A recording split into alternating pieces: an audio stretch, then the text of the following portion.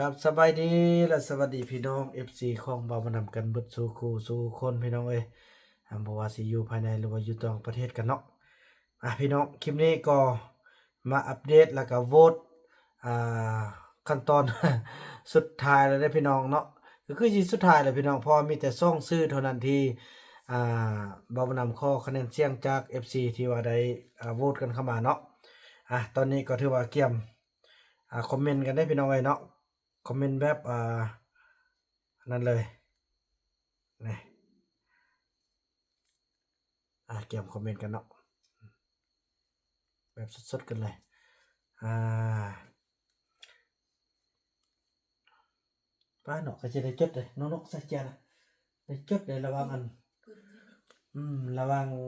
ใบตองกับบุญไล่เป็นบ่มาใช่ป่ะไล่เลยเบิ่งปืนอันตัวนั้นเจ้านะตัวนี้บิ๊กนะ บ่มี เบิ่งตัวนี้บิ๊กสิเด้อลองเบิ่งว่าสิออกเบิด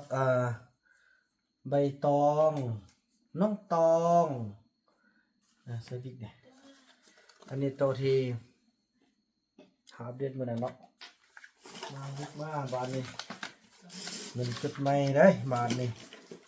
โหวตใหม่อยู่ใส่เนาะบิ๊กนี่โอเคมีซื้อบุญหลายเนาะมื้อนั้นเนาะ1บุญหลาย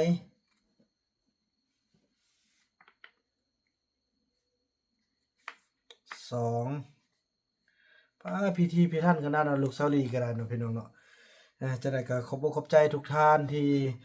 มีส่วนร่วมนำกันพี่น้องเอ้ยเนาะจังซี่แหละเฮาคือครอบครัวเดียวกันพี่น้องเอ้ยเนาะเพราะว่าบ่าวบุญนำจะเติบโตพี่น้องพอต้องเราจะเติบโตฮอดจุดนี้ก็คือกับครอบครัวเดียวกับ FC พี่น้องถ้าบ่มี FC พวกเฮาก็บ่ฮู้ว่าจะเดินไปทางใดเนาะเพราะว่า FC คืออ่าตัวหลักตัวติ่งแท้ๆพี่น้องเนาะที่ว่าไปบ่สร้างหยังบ่งาม FC ก็ได้แนะนำบ่มีอยู่บ่มีกิน FC ก็ช่วยเหลืออ่าการไปกันมาการเจ็บเป็นเอ็นอุ่นทุกอย่างแม่น FC หมดพี่น้องเอ้ยเนาะที่ว่าได้สุขโยอุ้มสู่ช่วยเหลือเนาะอันนั้นเด้อคลิปอาจจะได้เฮ็ดคลิปหนึงเกี่ยวกับการอิหยังเกาะพี่น้องเอ้ยเกี่ยวกับการช่วยเหลือเนาะของพ่อตู้จันเนาะก็ถือว่าสรุปรวมแล้วก็ถือว่ายอดบ่าวนำได้จดไว้หมดแล้วเนาะทางเฟซบุ๊กบ่าวนำได้เอาลงไปแล้วเนาะแต่ว่าทางยูทูบยังบ่ได้เอาลงเดี๋ยวบ่าวนำจะอ่านว่ามีผู้ใดได้เนาะพี่น้องเนาะเริ่มต้นพี่น้องเอ้ย1บุญหลาย2แล้วมันน้องใบตอง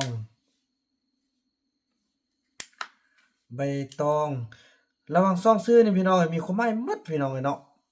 เพราะบุญหลายนี่ก็คือย่อมาจากที่ว่าย้อนบุญหลายนั่นแหละพี่น้องที่ว่าสาวลีจึงว่ารอดจากที่ว่าการอ่า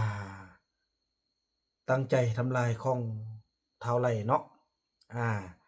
ก็ถือว่ารอดก็ถือว่าบุญหลายพี่น้องจึงว่ามีชีวิตรอดมาได้กับแม่แล้วก็เฮ็ดให้อ่ามีโอกาสได้มื่นตาอ้าปากอยู่ในโลกใบนี้อีกครั้งพี่น้องเนาะฉันก็คงจะบ่ได้เห็นส่วนน้องใบตองนี่พี่น้องเอ้ยเนาะก็ถือว่ามีความหมายคือกันพี่น้องเนาะก็ถือว่ากกเขาอ่าสายชาติพันธุ์ของเขาเจ้าก็ถือว่ามาจากใบตองพี่น้องเอ้ยเนาะฉะนั้นที่มาของคำว่าตองเรื่องนี่จังซั่นแหละมาบาดนี้มาจดกันแล้วเด้อพี่น้องเนาะนี่อันนี้ชื่อระหว่าง1บุญหลาย2ใบตองเนาะเริ่มแล้วพี่น้องบัดนี้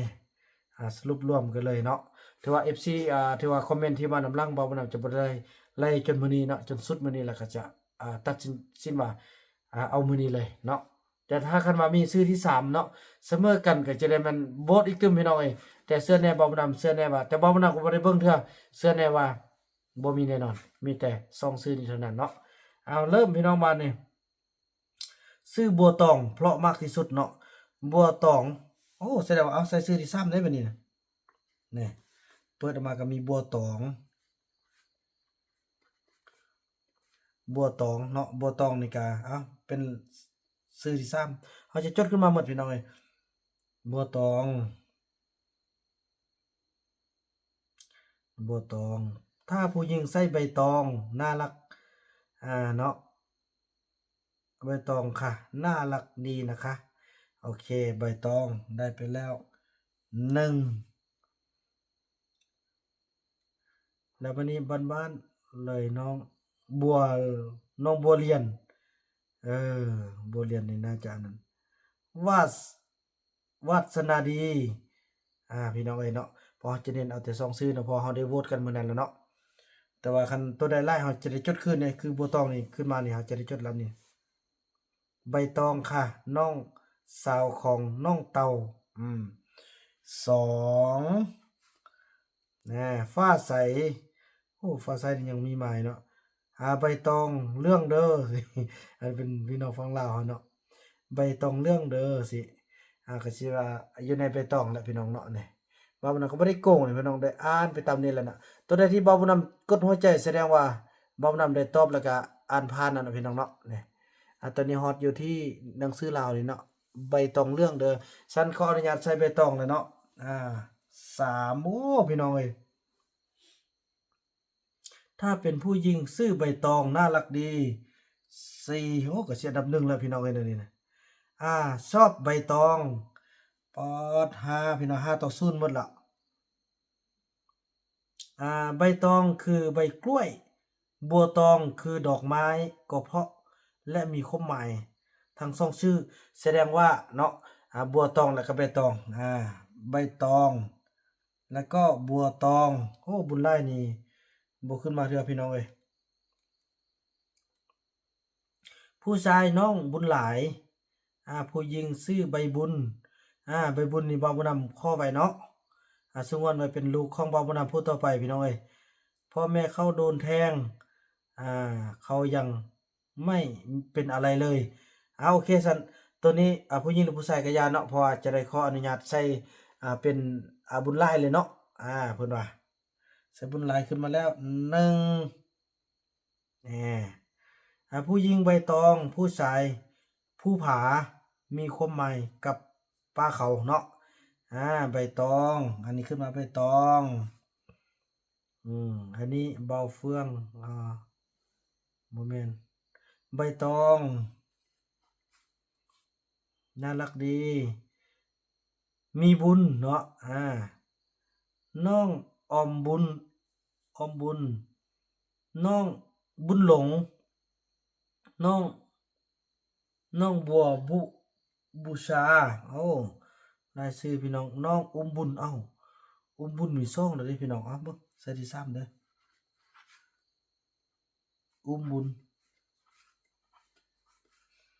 สิว่าได้2คะแนนแล้วเด้นี่มาประเดียวนี่2คะแนนใบตองน้องใบตองน่ารักยิ่งน้ำรินอันนี้กันชื่อเด้อพี่น้องถ้ามีน้ำรินตึมแล้วบอกว่าบ่นำตึมเนาะน้องพาขวัญถ้าเป็นชายชื่อบุญหลายถ้าเป็นหญิงชื่อใบตองโอเคได้2อันแล้วนี่บุญหลายนี่สามารถใช้ได้ทั้ง2เนาะ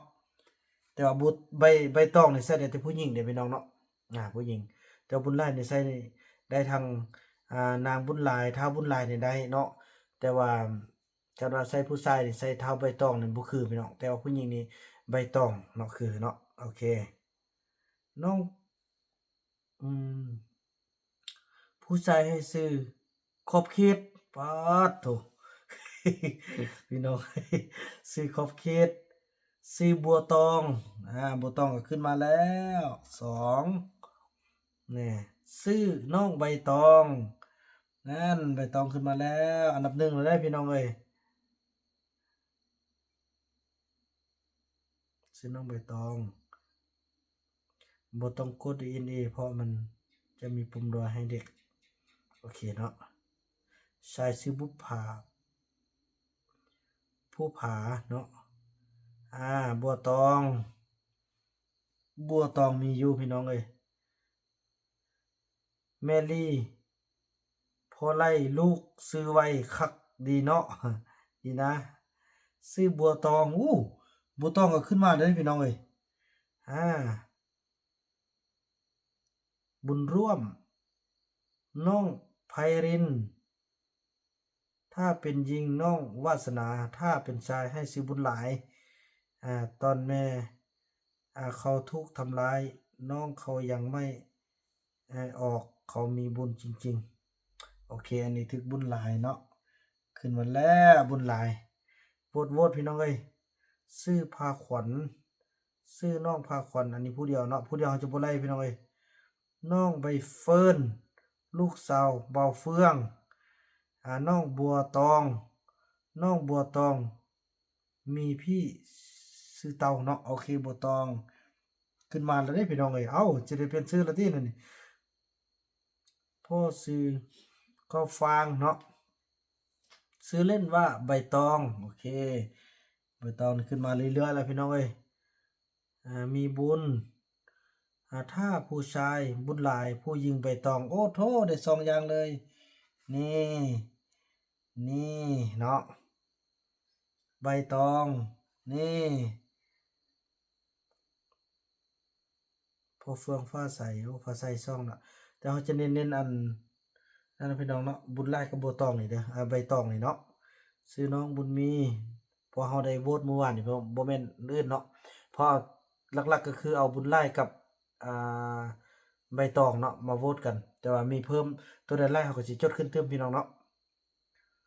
น้องบุญมีน้องรอดจากกันถูกฆ่าไล่ฆ่าแม่จึงเป็นเด็กมีบุญมาเกิดเนาะบุญมีกะมาใส่ซีนี่เอามองสิได้จังไรก็ว่ากันเนาะบุญมี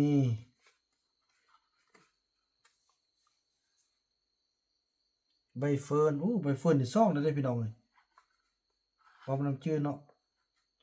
ใบเฟิร์นนี่ซ่องแล้วบุญมีหนึ่งผู้หญิงใบตองกรึบคิดถึงบุญรอดโอเคเดี๋ยวไปหาเนาะ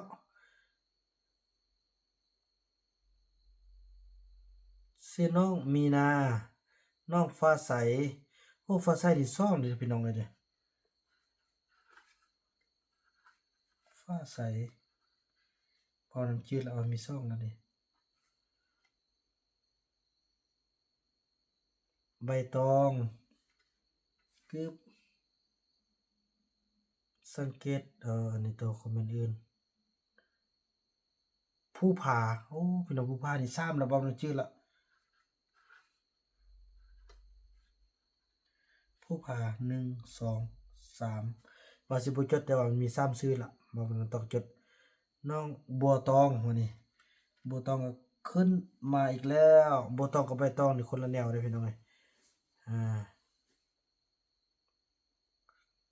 ผู้หญิงใบเฟิร์นใบบัวใบบุญใบพร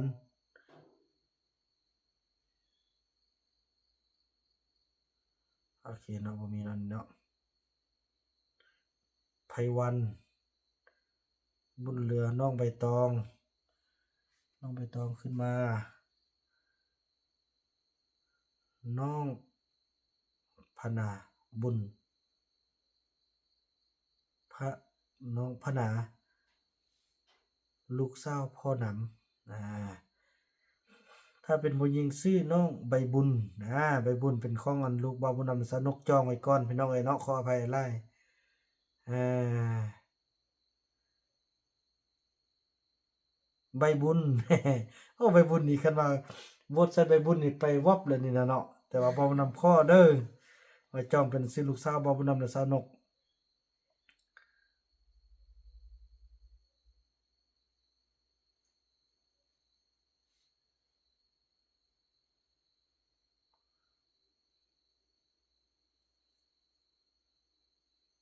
คอมเมนต์ที่บ่ดีบ่าวน่าจะบ่อ่านเนาะตัวใดลบๆบ่าวนำจะบ่อ่านบ่าวน่ะชอบอ่านแต่คอมเมนต์ตัวนี้ใบตองเพราะแล้วอีกอย่างชื่อความหมายของเผ่าเขาเนาะน้องใบตองสิได้ใบตองให้เด้อนี่พี่น้องเอ้ยถ้าไม่เอาน้องใบบุญก็เอาน้องอุ้มบุญมีบ่อุ้มบุญมี3ละ ยิงใบตองใส่ผู้พานี่ใบตองขึ้นมาผู้พานี่ อืมอันมีเอฟซีเพิ่นเซตหาค่อยก็ว่าลูกสาลีให้ชื่อภูผาหรือใบตอง โอเคเนาะคือ คั กัน น เนาะ คันท้าแม่นผู้ชายนี่เขาน่าจะเอามันมันจะมีภูผากับบุญไล่หันเนาะ ขอบคุณค่ะที่เห็นด้วยชื่อบุญหลายโอเคบุญหลายโอ้บุญหลายนี่เฮียลงแล้วพี่น้องเอ้ย ภูผาได้เขาได้ ผู้พานี่ได้อยู่สี่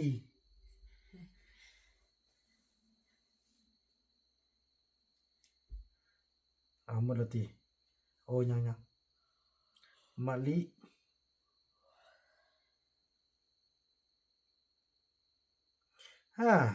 หมดแล้วเด้พี่น้องเอ้ยหมดละโอเคเนาะนี่คอมเมนต์ทำหมดละโอเคทั้งหมดแล้วพี่น้องเอ้ยมาสรุปกันบัดนี้พี่น้องเอ้ยเนาะก็บ่แม่นว่าจังซั่นจังซี่เด้พี่น้องเอ้ยเนาะคลิปนี้ถือว่าชัดเจนเลยถือว่าเบิ่งตามความเป็นจริงเลยบางเดี๋ยวนะเราน่ะจะรวบเนาะ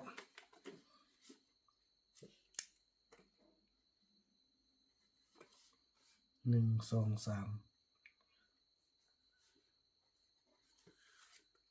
5 6 3 1 2 2 4นี่พี่น้องเลขที่ออกได้แก่หมายเลขเนาะบ่าวบุญนำจะอ่านแล้วทุกคนลุ้นนำกันว่าจะถึกผู้ใดเนาะบ่าวบุญนำจะอ่านตัวที่น้อยที่สุดเลยพี่น้องเอ้ยเนาะน้อยที่สุดมาเลย1บุญมีหางเสียง1พี่น้องเอ้ยเนาะ2ใบเฟิร์น2 3ฟ้าใสเนาะฟ้าใสมี2ต่อมาอุ้มบุญมี3ต่อมาผู้ผามี4เนาะต่อมาบุญหลายมี5ต่อมาบัวตองมี6สรุปรวมแล้วก็คือ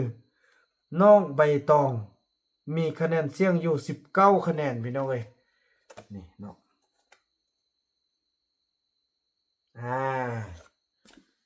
สรุปรวมแล้วเนาะลูกของเบาเฟื่องกับสาวลี่ก็สิเป็นอันนี้แหละพี่น้องเอ้ยเนาะเพราะว่าทุกอย่างมันก็เป็นแบบนี้แล้วเด้พี่น้องเอ้ยเนาะถ้าว่าเบาเฟื่องเป็นพ่อบุญธรรมก็สิก็เป็นพ่อพี่น้องเอ้ยเนาะ